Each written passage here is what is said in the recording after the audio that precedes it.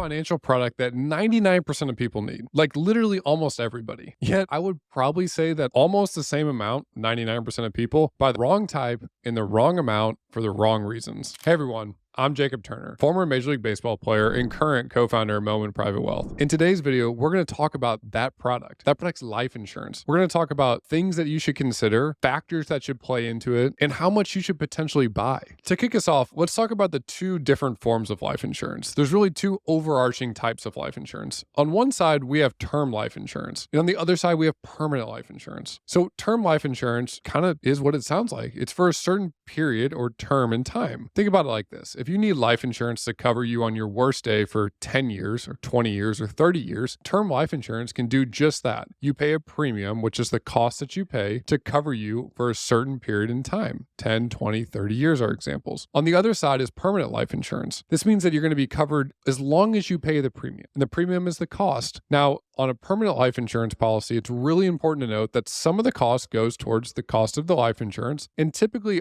other portions of the cost goes towards some sort of investment inside of the life insurance. So let's break down term life insurance. Who's it best for? What things to consider? And ultimately, how do you decide how much you need? So who's it best for? Term life insurance is really great for people that are specifically trying to solve for the income need that would potentially happen if they were to pass away. A couple things I want you to think about when it comes to income needs. Ultimately, a lot of it depends on what is your salary, who is depending on you, and how long are they going to be depending on you. Let's use a basic example. Let's say we have somebody that's earning $250,000 a year. They have 3 young kids and a spouse. And those 3 young kids are probably going to be depending on them for the next 15 to 20 years. In addition to that, their spouse is a homemaker, so they're earning all the income for the family. So in that scenario, we would say, well, first and foremost, we want to make sure that we pay off any debts they may have. And then we also want to look out and say, how much money would they need saved up in the form of potentially a life insurance payout to cover their basic lifestyle expenses moving forward? Because ultimately what is optimal for term life insurance is if on your worst day you pass away and you leave everybody that's depending on you behind, how much money do they need? There's going to be a million other things they need to be thinking about. And this is one thing that you don't want them thinking about. So what are things that you should be considering with term life insurance? The number one factor that I would say everybody needs to focus on with term life insurance is it convertible? And what I mean by that is with term life insurance, one of the biggest downsides of it is it's only for a certain period in time. So much like we talked about, it could be for 10 years, it could be for 20 years, it could be for 30 years. But after that period in time, it goes away. Now, the benefit of that is it's typically a lot less expensive than permanent life insurance. But having that convertibility piece can kind of give you the best of both worlds. And here's what that does. Convertible life insurance just means that you can take that term life insurance policy, and let's say it's a 20-year policy. Well, in year 15, you get this diagnosis that might be terminal. It might be really serious. And the reality is you want to make sure that that life insurance is going to be there for you in the future. You can then potentially convert that life insurance policy and go from a term policy to a permanent policy.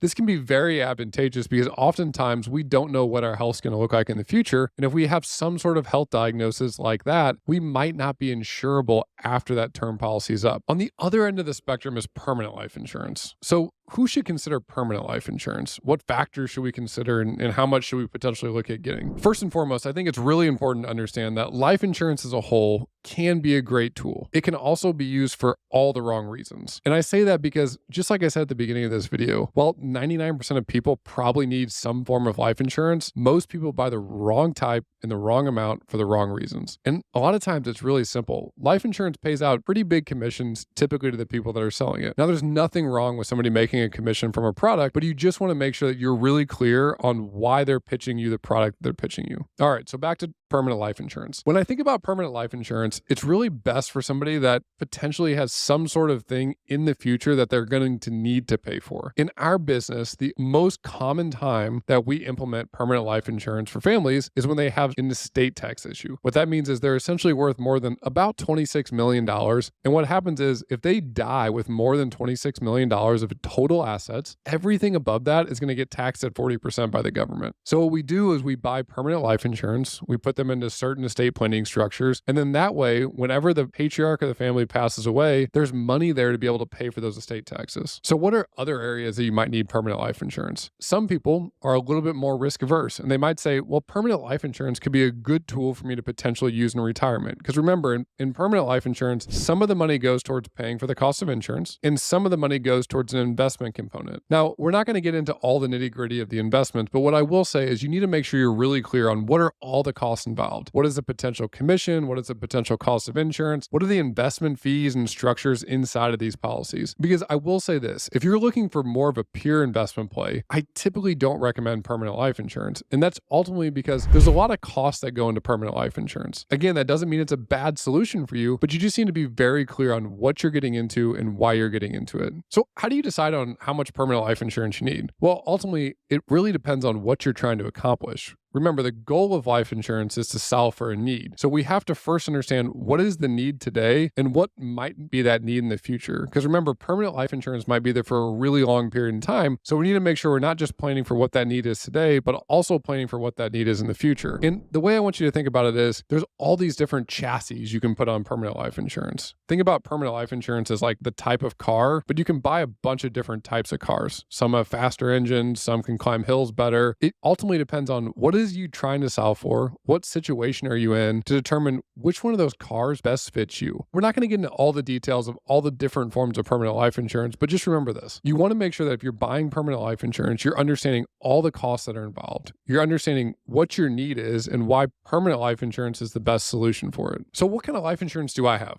So I'm a financial advisor. We run a fiduciary RIA. What kind of life insurance do I have? I only have term life insurance today. And that's simply because my need today is to potentially solve for a loss of income in the future. So I have a form of life insurance that does that, term life insurance. It's a very cost-effective solution for me. The only premium that I pay is for the cost of insurance. There's no investment component in any of the insurance that I buy. And then what I personally do is I invest all my investments outside of that. It allows me to have potentially the highest maximum rate of return because I'm keeping my costs low. But again, I'm also solving for the potential need I have. Like I said at the beginning of this video, 99% of people, including me, need some form of life insurance. But ultimately the key is you got to figure out what your need is and then backtrack and understand what are the two forms, term and permanent. And even inside of those two forms, what are the different factors that I should be considering? So if you're listening out there and you're saying, what should I need? I have no idea. Ultimately, you need to understand and get educated on the two forms that are out there, but you need to get educated on the different breakdown of what these look like. What are the different costs that are involved? How would this most effectively solve my need? Because I stick by what I said at the beginning. 99% of people need some form of life insurance, but almost the same percentage of people buy the wrong amount, the wrong type for the wrong need. And ultimately, a lot of that comes down to maybe the people that are selling it to them. So make sure that if you're buying life insurance, you find a trustworthy source. You find a true expert on life insurance. Remember, guys, my goal with this channel is simple.